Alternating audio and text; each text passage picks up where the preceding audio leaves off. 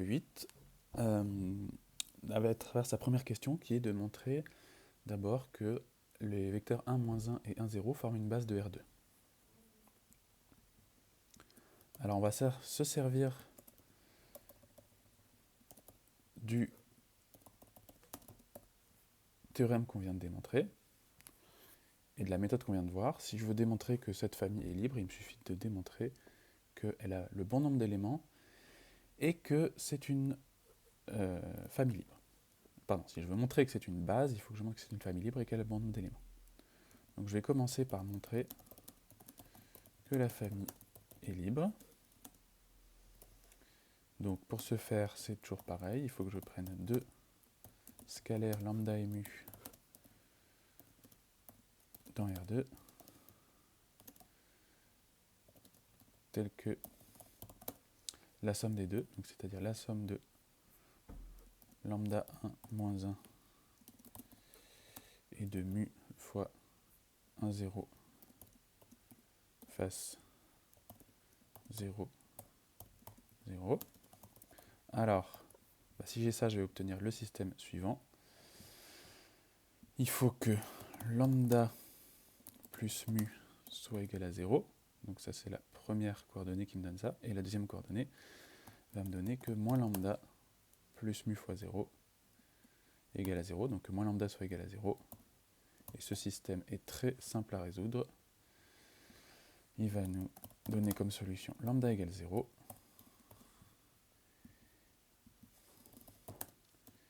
Et mu égale 0. Donc, la famille est libre. Elle possède deux éléments et la dimension de l'espace R2 est 2. Donc, c'est une base. Voilà, donc c'est assez simple à démontrer. Pour la question 2, maintenant, il faut que je trouve un vecteur U dans R3 tel que la famille 1, 2, 0, 1, 1, 1 et U soit une base de R3. Alors, ce que j'ai pour le moment, c'est deux vecteurs. Donc, c'est pas assez pour avoir une base, c'est assez pour engendrer un plan vectoriel. Donc, en gros, là, ce que j'ai, c'est quelque chose qui est un plan dans R3. Et si je veux trouver un vecteur qui ne soit tel qu'on va former une base, il faut que je trouve quelque chose qui soit hors de ce plan. Alors je ne sais pas exactement ce que c'est ce plan, mais je peux voir qu'un plan, dans R3, c'est quelque chose de tout petit. Hein. C'est vraiment un espace qui n'a pas d'épaisseur, donc il n'y a pas grand-chose dans R3 qui appartient à ce plan. La plupart des trucs n'appartiennent pas à R3. Donc je peux prendre un peu n'importe quoi, et certainement qu'avec de la chance, ça va marcher. Donc c'est un petit peu ce que je vais faire. Je vais prendre U égale 1, 0, 0. Alors une chose que je veux dire, c'est que je ne sais pas a priori si ce vecteur va fonctionner, mais comme il y a quand même de grandes chances qu'il soit hors du plan, il y a quand même une bonne chance que ce vecteur-là fonctionne. Voilà, c'est ce qu'on va vérifier. On va se demander si la famille est libre.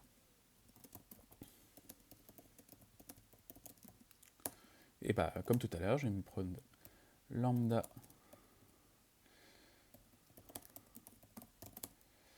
mu